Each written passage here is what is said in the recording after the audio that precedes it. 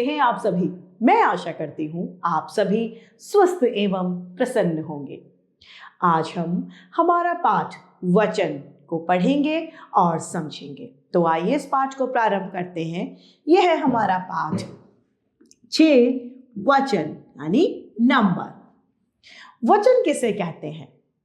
वचन वह होता है जिससे हमें ये बात पता चले कि वह एक है या फिर एक से ज्यादा।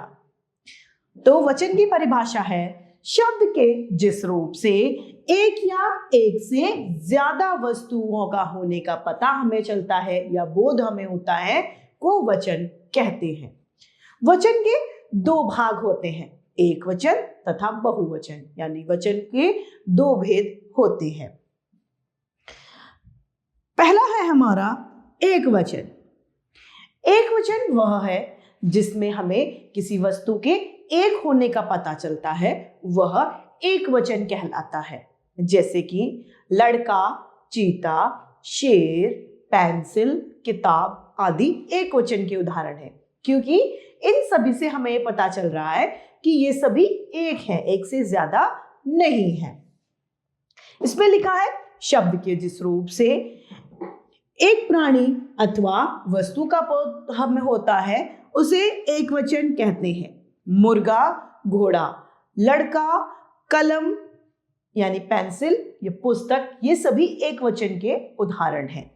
दूसरा है हमारा बहुवचन। बहुवचन किसे कहते हैं? शब्द के जिस रूप से हमें यह पता चलता है कि वह एक से ज्यादा है। वो कितना भी हो सकता है, 2, 3, 4, 10 जो चाहे, लेकिन एक से ज्यादा का हमें पता चलता है, उसे हम बहुवचन कहते हैं। जैसे कि घोड़े, किताबें, पेंसिलों, किताबों, पुस्तकों, चीतों, शेर, ये सभी बहुवचन के उदाहरण हैं। यहां पर विशेष यह है कि आदर के लिए हमेशा हमें बहुवचन का प्रयोग करना होता है। किसका प्रयोग करना होता है? बहुवचन का। जैसे कि उदाहरण के लिए हम कहते हैं पापा आएंगे, तो पापा एक है, लेकिन फिर भी हम ये क्यों कहते हैं कि आएंगे? क्योंकि हम उनके लिए आदर सूचक शब्दों का प्रयोग करते हैं, तो वे बहुवचन में आते हैं। हम ये कभी नहीं कहेंगे कि पापा आएगा, नहीं, पापा आएंगे क्योंकि हमें उनको आदर सम्मान देना है। अतः आदर सूचक शब्दों में सदैव बहुवचन का प्रयोग किया जाता है। दर्शन, समाचार, दाम, प्राण, आंसू, रोम, बाल, केश, हस्ताक्षर का प्रयोग हमेशा बहुवचन में होता है, यानी ये सभी चीजें सदैव बहुवचन होती हैं, ये एक वचन में आती ही नहीं है। दूसरा, कभी कभी बहुवचन में संज्ञा का रूप नहीं बदलता है, संज्ञा का रूप वही रहता है, सिर्फ क्रिया बदल जाती है। पक्षी उड़ रहा है और पक्षी, इसमें भी पक्षी सेम है, कोई बदलाव नहीं है। यथावत पक्षी यहां पर लिखा है, ऐसा ही पक्षी यहां लिखा है। उड़ रहा है की जगह उड़ रहे हो जाता है, यानी क्रिया बदल जाती है। बहुवचन में प्राय संज्ञा और क्रिया दोनों का ही रूप बदलता है। जैसे कि कुत्ता भौंक रहा है, अब कुत्ता की जगह कुत्ते, यानी संज्ञा भी बदल गई और क्रिया भी बदल गई। दोनों चीज, संज्ञा क्या हुई? कुत्ता संज्ञा हो गई और कुत्ते का भौंकना क्रिया हो गई। तो यहां पर संज्ञा और क्रिया दोनों ही बदल जाते हैं कि कुत्ते भौंक रहे हैं। दूसरा, लड़की पढ़ रही है, लड़कियां पढ़ रही हैं।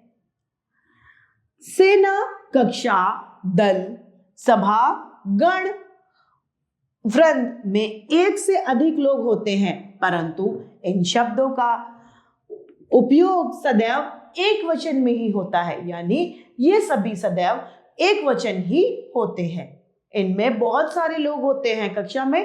कक्षा कब होगी? जब वो बहुत सारे लोग होंगे, उसमें काफी सारे छात्र होंगे, एक से ज्यादा छात्र होंगे तो कक्षा कहलाएगी, लेकिन उसके बावजूद भी कक्षा एक वचन का ही उदाहरण है। आगे है वचन परिवर्तन। एक वचन से बहुवचन बनाने के लिए कुछ नियम है यहाँ पर, वो दिए गए हैं। पहला है, जिस पुल्लिंग शब्द के अंत में आ होता है उसमें आ की जगह पर एक कर देते हैं तो बहुवचन बन जाता है।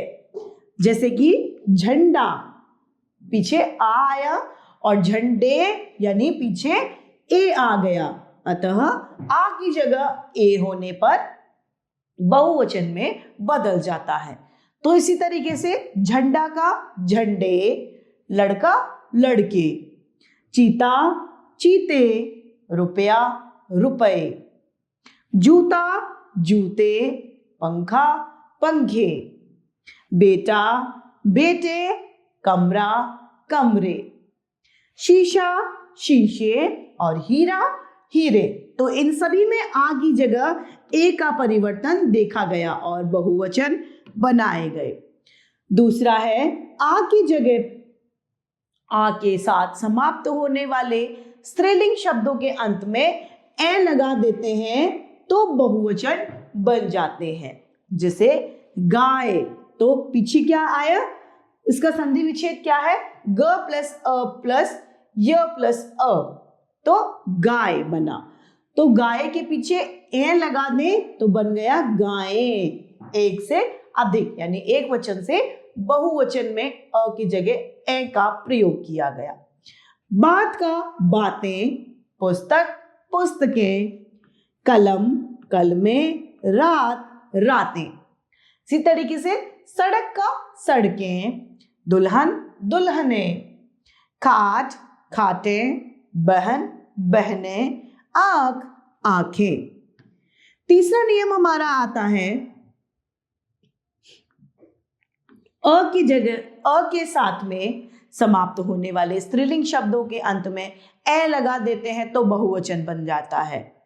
अब आ आता है इसके पीछे, तो लता का लताएं, सेना सेनाएं, शाखा शाखाएं, कथा कथाएं, बाला बालाएं, कन्या कन्याएं, माता माताएं और माला मालाएं। इन सभी में आ की जगह ए को लगाने से बहुवचन में परिवर्तन हुआ है। चौथा है हमारा, या के साथ समाप्त होने यानी खत्म होने वाले स्त्रीलिंग शब्दों में या की जगह या कर दिया जाए, यानी या पर चंद्र बिंदु लगा दिया जाए तो बहुवचन बन जाता है। लुटिया का लुटियां, बिटिया बिटियां, चिड़िया चिड़ियां,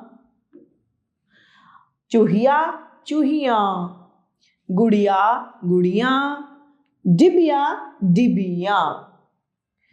अब पांचवा नियम है, ई ओ ऊ के साथ में खत्म होने वाले शब्दों के अंत में या ओ और ए लगा देने पर बहुवचन है और ई और उ को ह्रस्व स्वर में कर दिया जाता है। जैसे कि नदी का नदियां, कुर्सी कुर्सियां, बेटी बेटियां, मिठाई मिठाइयां, पहाड़ी पहाड़ियां, गुरु गुरुओं, बहू बहुएं, हिंदू हिंदुओं, बेटी बेटियों इसके उदाहरण हैं।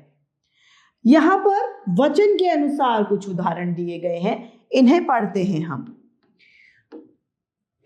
ताला ताले, केला केले, गमला गमले, चाबी चाबियां, पंक्ति पंक्तियां, स्त्री स्त्रियां, गमले गमला गमले, कॉपी कॉपियां, भैंस भैंसें, वधु वधुएं या वधुओं, महिला महिलाएं, मूछ मूछों या मूछें, पता पत्ता पत्ते, पौधा पौधे, वस्तु वस्तुएं।